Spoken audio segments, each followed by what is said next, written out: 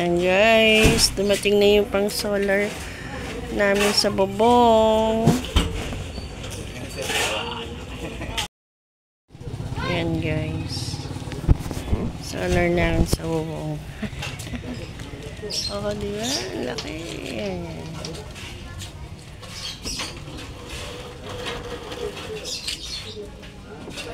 Ang laki naman pala niyan. Grabe. Malaki pati doon sa nauna natin sa taas. Ito, isang bahay. Oo. Oo nga po eh. Isa lang siya. Hello. Ayan guys.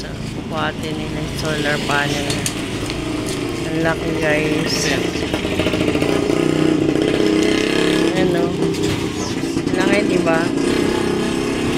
Meron lang kami guys sa ano, sa bubong namin.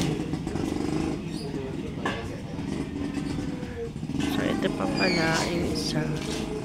So parang ano, halos kasing haba ng ban. Ayan. Ayan guys. So ikakabit natin yan dun sa taas. Solar panel. Guys. Huwag pakawalan si Hunter. Baka muna pumasok si Jay, baka makawala si Hunter. Ayan. Baka makagat ako. Ayan po. Wow. So, ayan. Anten, ayan. Okay na. So, antayin natin guys yung pagkabit. Ayan, ayan, ayan.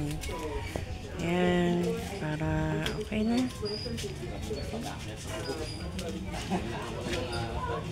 Ayan guys. So guys, ayan po yung likod niya. Oh. Ayan, safe part na. Laki oh guys. Ilang ano yan? 550 watts. 550 watts daw guys. Magkano isa? Ayan guys, per piece ng ganyang kalaking panel is 4,800 po. So, yan. Mas maliit yan sa akin, yung ganun lang. Ay, nasa bubong. Mas maliit lang konti kasi 450 watts. So, ganyan lang yun. Para at least, diba, dadagdagan. Naman to, parang natutuwa ka sa panel? Ha? Natutuwa ka sa panel? Sit. Ayan Sit. guys. Sit, tumayo. Napasa mo sa akin. Oo, kasama ko yan doon sa diba? Oh. So, paano guys? So, abangan na lang natin yung pagkabit-kabit nito. So, see you next vlog guys. Salamat po. Shopee na gagamitin para sa aking pag-upgrade ng solar setup dito sa bahay.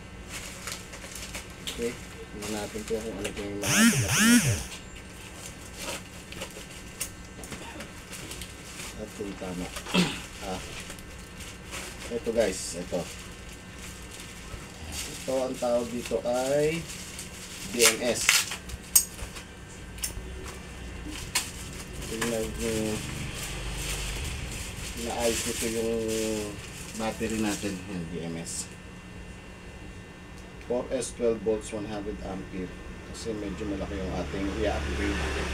Mamaya pakita ko sa inyo yung setup ko dito sa bahay ng ano, kung saan natin siya idadagdag. Okay, BMS battery management system at yung active balancer. Yan, yung active balancer guys. Yung screw wire, ito siya. Okay, mukhang okay naman yung ano niya, mukhang kompleto naman. Ang kinuha ko ay may case. May case ba to? Ito, kasama yung case. Okay. So, ito pangalawa.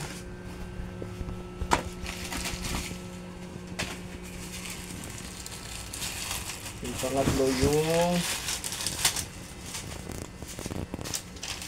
battery wire natin. Medyo may magkamahalan kasi mataba siya, guys.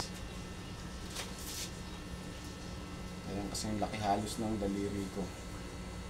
Hindi kasi pwede guys yung payat pagka sa battery, nag-iinit. Makapag-cause pa ng sunog, kaya bumili na rin tayo nito. Okay. So far kompleto yung ating i-unbox. Yung ating model. Ito ano, side bet lang to. Yung model ko para sa kitchen, para kay Mrs.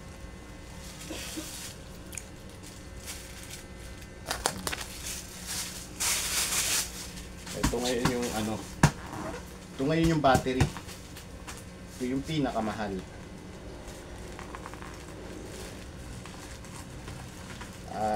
Ano siya, 4 na piraso itong in-order. Tingnan natin kung 4 siya.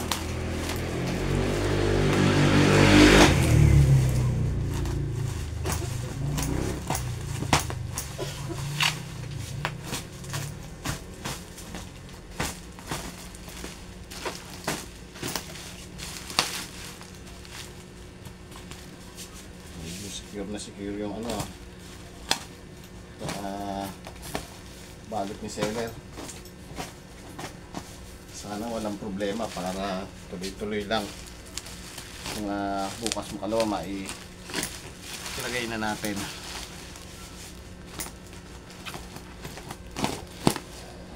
Okay, so maganda naman, walang damage.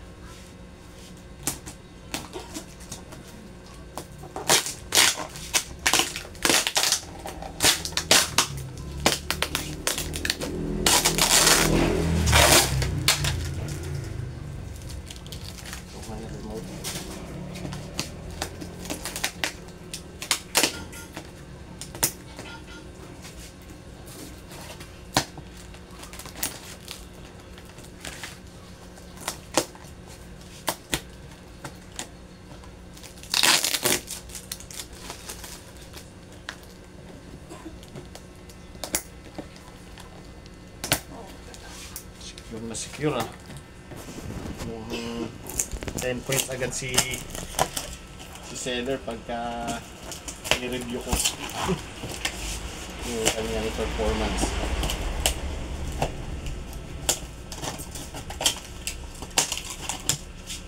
Sana ganito lahat yung nabibili nating mga secure na secure para nakakarating sa atin yung item nang wala man lang damage. Ito na guys.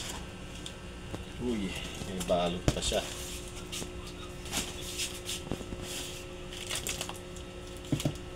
Ito. Ito yung mga bus bar. Yan.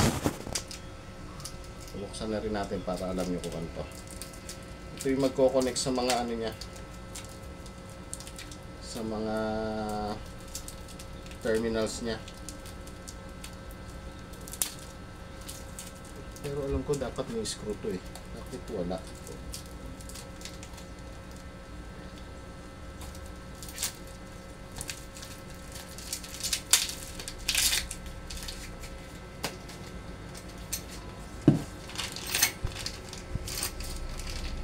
Okay guys, 4. Na bus bar ang tawag dito guys, bus bar. Okay. Siya magkukonect sa mga terminals ng battery natin. Okay, ito na yung hinihintay ko na ilang araw.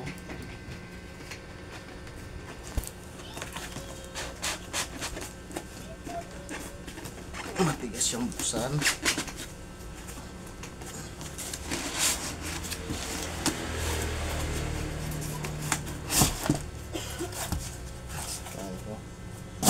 Ito guys yung mga battery niya.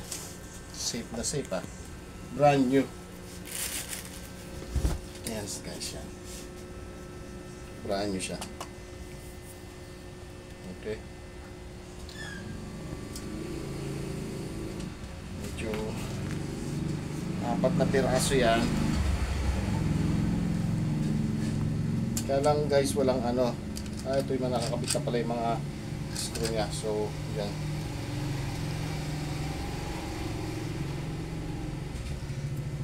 Test natin kung tama ang ano niya. Tama ang kanyang ano, pero bago natin i-test, baba muna natin. At mabigat. Bigat siya. So isa-isahin natin ibaba.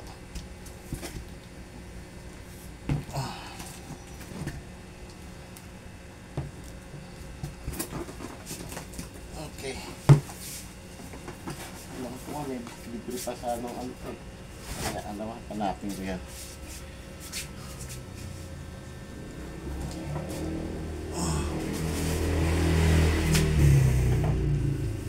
Basa yung plastic.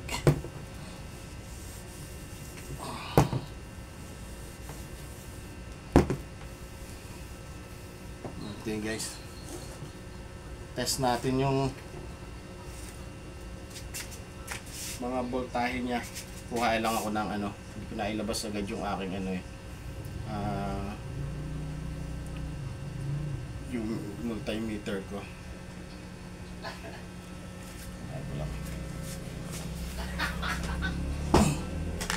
Ilang minutes na ba? Ang 8 na. Sakto na yan. Tapos na. Tingnan na naman. Susunod ulit yan yung ano. Subaybayan mo na rin ako parang. Tingnan natin yan. Zero siya. Tingnan natin kung tama yung mga volts niya.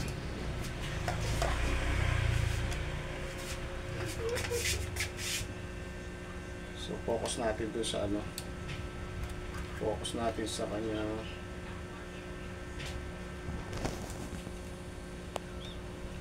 ating multimeter. So ito na guys. Baligtad pala. Ito pala yung 3.7. Okay, pwede na yan. Sakto na yan. 3.7. Baligtad to. 3.7 sakto. 3.73. Okay, good siya. 3.74. So pag guys, okay lahat siya. 3.7 lahat. 7.4 7.4 7.4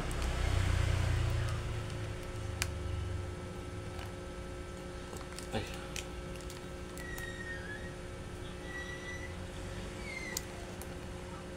3.74. Okay. Okay guys, maganda yung ano natin.